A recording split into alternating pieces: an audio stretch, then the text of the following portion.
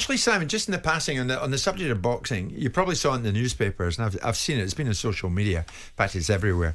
The Tyson Fury in Morecambe, where he lives, up in the northwest. Footage on social media has emerged of Tyson looking a bit worse for wear, and being escorted out of a Morecambe bar by bouncers over the weekend. Further footage then showed him stumbling to his knees and falling down on the pavement. So you get some smart arse out in the pavement with a mobile phone who decides, I'll clean up here and take some footage of Tyson, that's the world we live in, is a bit worse for wear.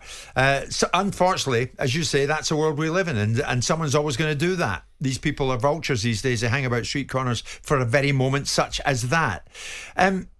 What do you make of the negative reaction to Tyson's drunken antics? Is it just mock anger? Well, I mean, I saw the video, and obviously Tyson Fury is 6'9" of him. Is not going to be, inconspicuous, easy to miss, is he? Yeah. And so I felt an inherent sort of sense of sadness about it. But at the same time, he is allowed to have a blowout if he wants to.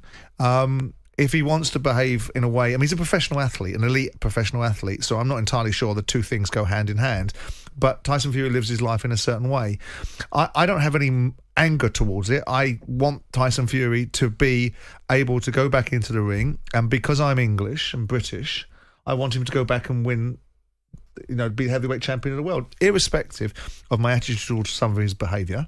I'm not interested in that being carried forward. I'm more interested in Tyson Fury being the best version of himself, and if that is a way for him to get past some of the challenges he has, it may well be a reaction to the loss, and it may well steer into the idea that Frank Warren wants us to contend with, which is that bipolarity features in Tyson's makeup and the challenges that go with that.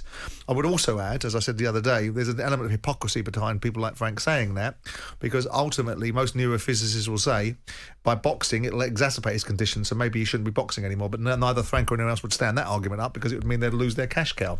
I do look at it and think that, Fury, falling on the floor drunk is probably not the greatest look for a boxer.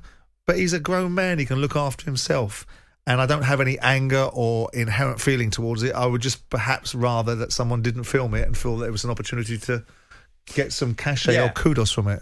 You hope it's a one-off. That's what struck me. I hope that's a one-off and Tyson's not in some slippery slope. I mean, he's not the first iconic British sportsman to find himself at the wrong end of a lens like this. No, of course not. And I can remember, with all due respect to Ricky Hatton, seeing him in recent times.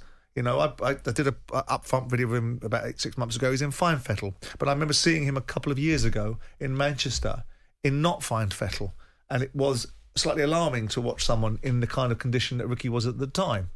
Now, obviously, when you're a great sportsman and the pressures that go with it and the expectation and the disciplines, you find yourself perhaps, and Ricky was guilty of that on a number of occasions.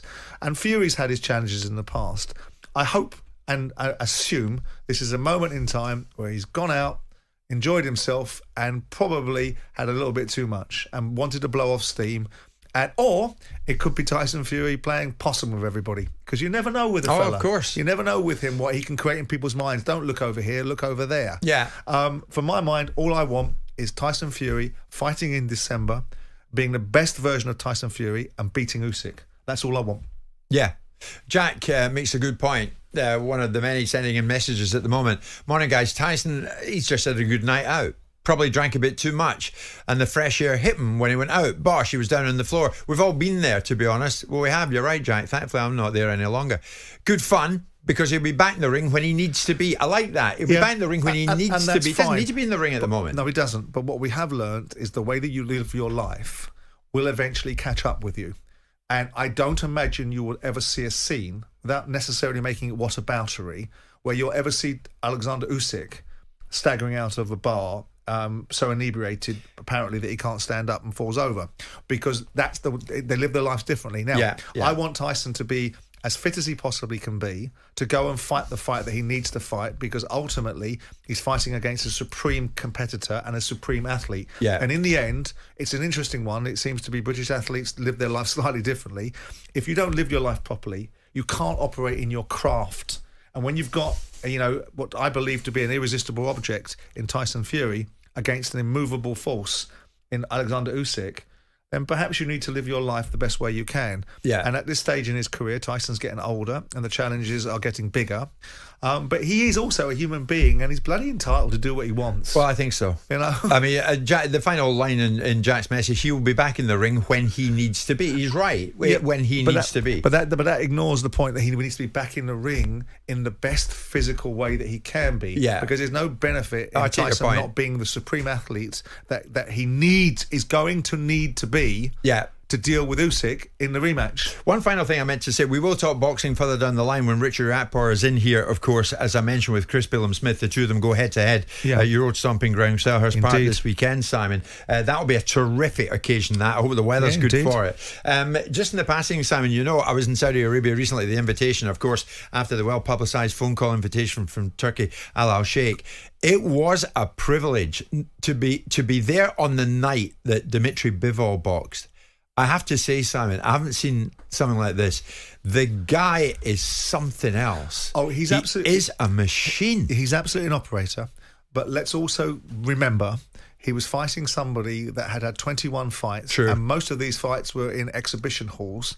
So the guy was stepping up a golf. He fancied his chances and landed a couple of good shots on Bivol. But Bivol's on a completely different level. When you see Bivol, and we've seen Bivol fight Craig Richards, and Craig Richards, it's popular thought process is that Craig Richards has believed in himself a little bit more. He might have beaten Bivol. Yeah. Now, Bivol's status is elevated after he dealt with Saul Alvarez. Yes. When Alvarez stepped up weight classes. The fight that you judge Bivol by is when he fights Beterbiev. Yeah. And then of course you've got other fighters in the wings that we might see, which we might see Boatsy and Yard fights. Sure. And we've got like heavyweight investment in that area. But you're right, Bivol is a class operator. Sure. Jim White and Simon Jordan. Monday to Friday mornings from 10 on AM, on DAB, via the talkSPORT app and on your smart speaker. talkSPORT.